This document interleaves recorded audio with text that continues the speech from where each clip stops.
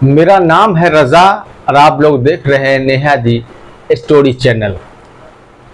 आज मैं कहानी एक ऐसी विधवा औरत की कहानी सुनाने जा रहा हूं जो बहुत ज़्यादा ही गरीब थी और विधवा हो चुकी थी। उसकी एक बेटे थे और उसकी एक बेटी थी। दोनों जब धीरे धीरे बड़े हो रहे थे और ये विधवा औरत अपना मोहल्ले में पड़ोस में काम करके किसी तरह गुजारा कर लिया करती थी। और जब गुजारा करते करते जब बेटी बड़ी हुई तो उन्होंने किसी भी तरह से मोहल्ले पड़ोस की सहायता लेकर उस लड़की की शादी करके पास के ही गांव में शादी कर देते हैं। और एक लड़का बचता है जो छोटा था और माँ उसकी परवरिश करती है। जब वो लड़का थोड़ा बड़ा होता है तो देखता है कि घर में बहुत ज़्यादा ही बहुत ज़्यादा गुर्बती है। इसलिए वो लड़का माँ को कहता कि माँ, मैं घर से बाहर जाना चाहता हूँ, कुछ करना चाहता हूँ, पैसे कमाना चाहता हूँ, ताकि आपके साथ जो गरीबी है और मैं भी गरीबी में जी रहा हूँ इस गरीबी को दूर कर सकूँ। लेकिन माँ कहती, बेटा तू मुझे छोड़ के कहाँ जाएगा, मैं तो अकेली माँ हूँ, मैं अकेले पड़ जाऊँगी, तू नहीं रहेगा, तू परदेश में रहेगा तो मेरा दिल कैसे लगेगा। तो उसको मैं दिन भर में 2 बार देख लेती हूँ तो मेरे कलेजे को ठंडक पहुँच जाती है। भले गरीबी है लेकिन मेरे कलेजे की ठंडक है। लेकिन बेटा देखता है कि गरीबी बहुत ज़्यादा है और अब घर चलाना मुश्किल हो रहा है, तो माँ से बहुत जिद करके बोलता है, माँ मैं जा रहा हूँ परदेश, वहाँ से तुमको खत लिखता रहूँगा, तुमसे बातें करता रहूँगा, मुझे जाने दो ताकि गरीबी दूर हो सके। बहुत जिद करने के बाद वो लड़का घर से कमाने के लिए निकल जाता है। और जब निकलता है तो उसकी माँ बहुत ज़्यादा दुआ देती है, सर पर हाथ रखती है और बेटे को बोलती, जा अल्लाह कामयाब करे। और वो औरत ही बहुत नेक और परहेजगार औरत थी और बहुत कुरान को पढ़ने वाली औरत थी, तो बच्चे को विदा कर देती है। वो लड़का परदेश निकलता है कमाने के लिए और माँ की दुआ उसको साथ थी तो बहुत कम वक्त में वो लड़का बहुत ज़्यादा तरक्की करता है और बहुत सारे पैसे कमाता है। और बीच बीच में माँ को खत लिखता रहता है कि माँ मैं ठीक से हूँ, तूने खाना खा टाइम पर खाना, दवा टाइम से लेना, सब कुछ अपनी माँ से पूछता रहता है हालचाल। फिर कुछ दिनों के बाद एक लेटर आता है, खत आता है कि माँ मैं घर आ रहा हूँ, बहुत सारा पैसा कमा लिया हूँ। तब माँ बोलती है कि हाँ बेटा, मैंने तेरे लिए एक लड़की भी ढूंढ ली है, बहुत खूबसूरत लड़की है और मैं आज जल्दी से तू कमा के, और मेरी जो होने वाली बहू है उसके लिए तरह तरह के जेवर बना के लेते आना, पैसे लेके आना, उसके लिए कपड़े लेके आना, ताकि तू आएगा और मैं उस लड़की से तुम्हारी शादी कर दूंगी। तो मैं उसके बाद तू परदेश जाएगा तो मैं अपने बहू के साथ रहूंगी और तुमको ही वहां मन लगेगा और तेरी माँ भी बहू के साथ रहेगी। लड़का खुशी खुशी परदेश से अपने घर के लिए निकलता है, जिसमें अपने होने वाले बीवी के लिए बहुत सारे गहना, जेवर जेवरात वगैरह लेता है। साथ में चूंकि पैसा बहुत कमाया था इसलिए उसके पास नोटों की गड्डी भी होती है, तो वो नोटों की गड्डी भी अपने पास रख लेता है और घर परदेश से निकलता है अपने घर जाने के लिए।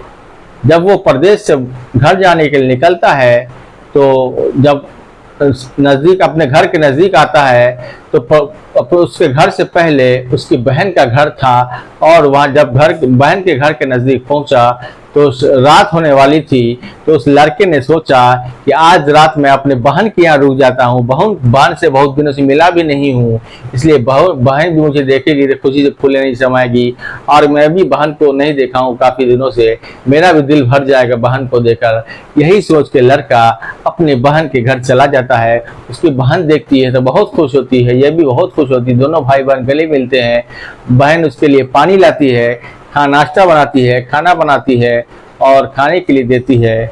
और ये भाई जब वो परदेश से गया था तो बोला था कि बहन ये लो बैग जो अपना कमा कर लाया था, बैग में अटैची में जो लाया था सामान सा वो रख देता कि रख दो इसको घर में, रात सुबह होते ही मैं चला जाऊंगा तो सुबह मैं तुमसे ले लूंगा।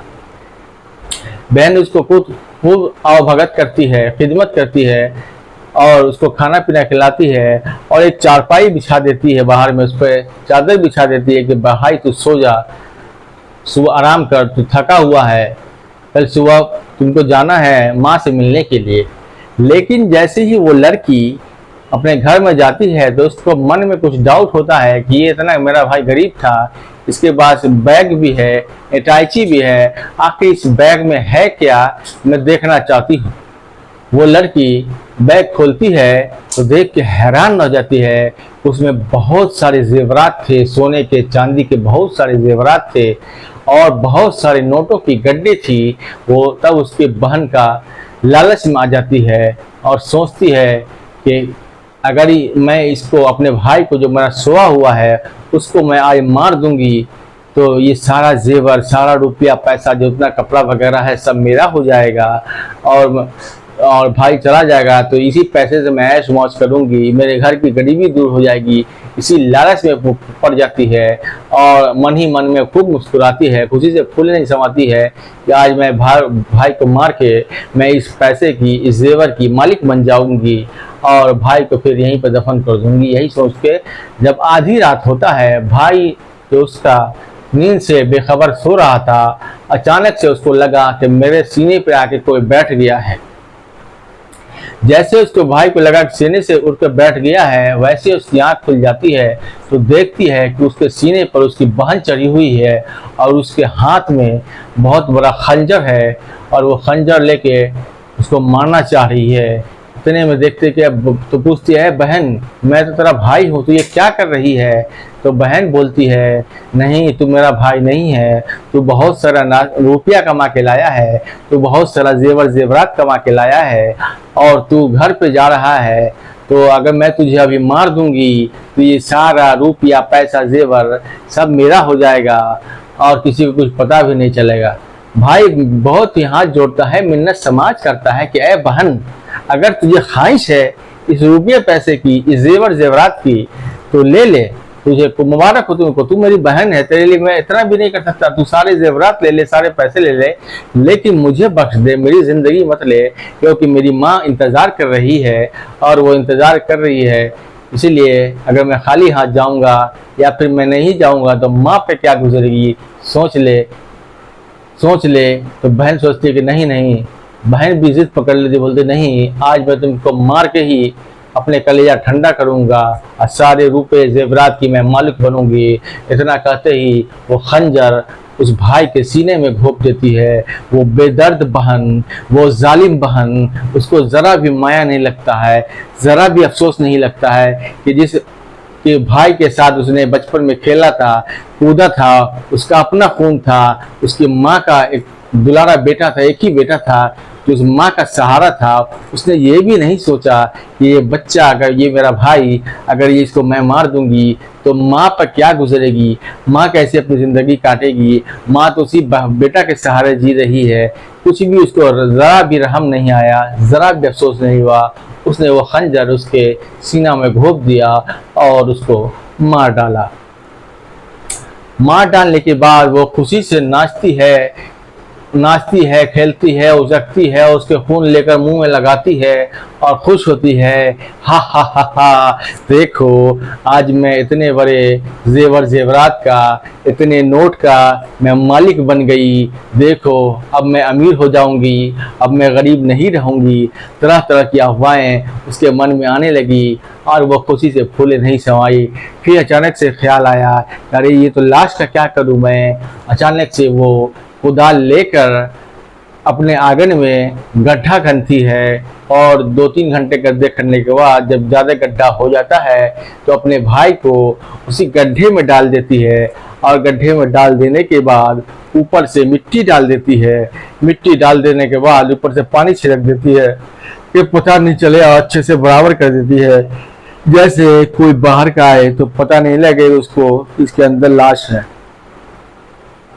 जब सुबह होती है और माँ उसकी इंतजार कर रही थी कि मेरा बेटा नहीं आया, वो तो बोला था एकदम सुबह सुबह पहुंच जाऊंगा और उसने खत में ये भी लिखा था कि हो सकता है अगर मुझे रात में लेट हो जाएगी तो मैं अपनी बहन के यहाँ रुक जाऊंगा, मैं ताजो बहन के यहाँ रुक जाऊंगा। तो उसको लगा कि हो सकता है कि बहन के यहाँ रुक गया होगा, लेकिन फिर भी देखी 12 बजे, 1 बजे, 2 बजे, 3 बज गए, उसका बेटा नहीं आया। तो उसके माँ के दिल में बेचैनी सी समा गई, हैरत समा गई। वो बहुत परेशान हो गई कि आखिर मेरा बेटा क्यों नहीं आया, ज़रूर कुछ बात है। वो वहाँ से फौरन एक सवारी करती है और सवारी करके अपनी बेटी जो नज़दीक के ही एक गांव में जिसकी शादी हुई थी उसके घर पहुंच जाती है और पूछती है कि मेरा बेटा जो आया था वो बेटा कहाँ है। तो उसकी बेटी बोलती कौन बेटा, आपका बेटा यहाँ नहीं आया है।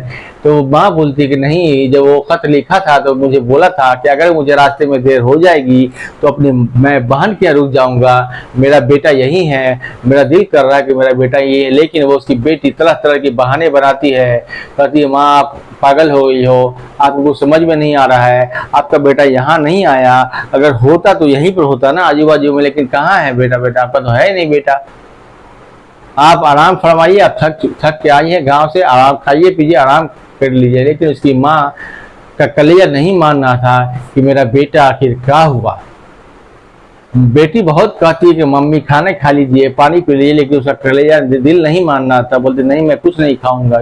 तो उसकी बेटी वहीं पे बिस्तर लगा देती है और वो औरत सो जाती है। जब वो औरत सोती है तो अचानक से उसके ख्वाब में उसका बेटा आता है और वो बेटा कहता है कि मम्मी मैं तो बहुत सारे जेवर कमा के लेके आ रहा था, बहुत सारे रुपए पैसे कमा के आ रहा था, मेरे बैग में नोटों की गड्डी थी, आपके बहू के लिए बहुत सारे जेवरात थे जो आपने बोला था, मैं वैसा ही करके आ रहा था, बहुत सारे पैसे थे उसमें।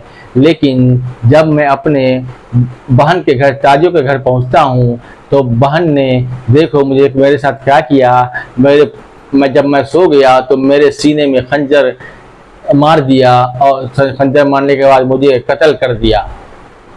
तो माँ ये सब ख्वाब में देख रही थी।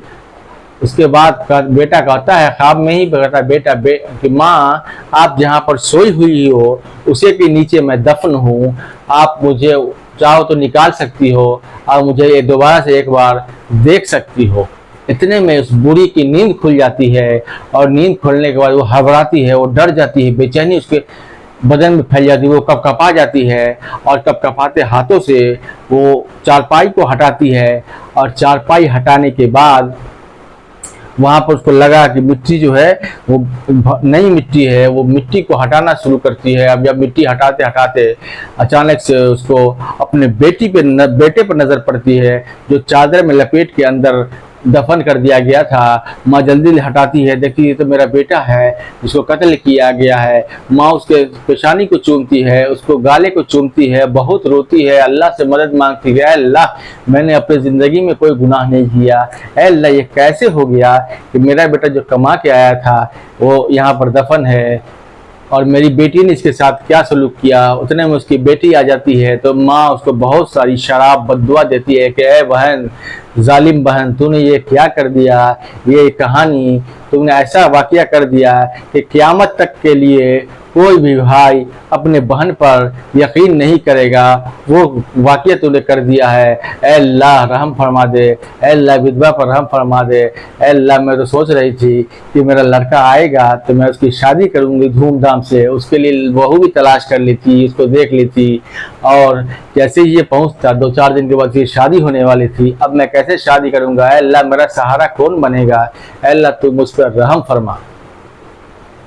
इतने में अल्लाह का एक फरिश्ता नाजिल होता है और फरिश्ता कहती है कि ए बूढ़ी, तू अल्लाह की नेक बंदी है, तू मत घबरा। इतने में वो जो नेक बंदा फरिश्ता होता है उस बंदे के सीने पर हाथ रखता है जिससे उसके जो बदन में जितने खंजर के निशान थे सब गायब हो जाते हैं, खून के निशान गायब हो जाते हैं। फिर दोबारा से उसके पेशानी पर रख के उसके कान में कुछ फूंकते हैं, जैसे कान में कुछ फूंकते हैं उतने ही में उसके बदन से हरकत होना शुरू हो जाती है, जैसे लगता है कि रूह वापस आ गया हो। उसके बाद बदन में हरकत होते ही देखता है कि मेरी माँ बैठी है, जल्दी से मिट्टी से निकल कर अपनी माँ को पकड़ लेता है, माँ भी अपने बेटे को पकड़ लेती है। बहुत ही दर्दनाक मंजर था। उस मंजर को देखते तो कलेजा कांप जाता कि कितना दर्दनाक मंजर था, जब माँ बेटे को चिपट के रो रही थी और बेटा अपनी माँ को लिपट के रो रहा था। उतने में फरिश्ता वहाँ से गायब हो जाता है और माँ कहती है कि चल बेटे, तेरा दुनिया में एक माँ के सिवा कोई नहीं है, मैं तुझे ले जा रहा हूँ, चल छोड़ दे जो भी सोना जवाहरात सब छोड़ दे, तू चल मेरे साथ, मैं तेरी शादी करने वाली हूँ, मैं शादी करके अपनी बहू लाने वाली हूँ। इतना कह के वो माँ अपने बेटी के घर से बेटी को शराब बद्दुआ लानत ममानत करके अपने बेटे के साथ खुशी खुशी अपने घर चली जाती है और उसके बाद कुछ दिनों के बाद अपनी बेटी की धूमधाम से शादी करती है और सारे मोहल्ले को बनाती है, खूब दुआएं मिलती है और फिर बेटा बहू और बूढ़ी खुशी खुशी अपने घर में रहने लगती है। तो दोस्तों, इस कहानी के कहने का मतलब यह है कि आज के ज़माने में किसी पर भी यकीन करना बहुत मुश्किल है। जैसे एक बहन, सगी बहन जो इसके साथ बचपन में खेलना कूदना उठना बैठना सब हुआ करती थी, वो बहन जब एक भाई के साथ इस तरह का वाकया कर सकती है तो सोचिए, दोस्तों पर हम लोग यकीन कर लेते हैं, गैरों पर यकीन कर लेते हैं। आजकल के दौर में यकीन मत कीजिएगा, आज के जग में कोई नहीं अपना, कोई नहीं अपना। दोस्तों, ये वीडियो कैसी लगी कमेंट में अपनी राय ज़रूर दें और वीडियो अच्छी लगी तो लाइक करें, कमेंट करें और जो लोग चैनल को सब्सक्राइब नहीं किए वो लोग चैनल को सब्सक्राइब करें। मिलते हैं अगली वीडियो में, तब तक के लिए धन्यवाद।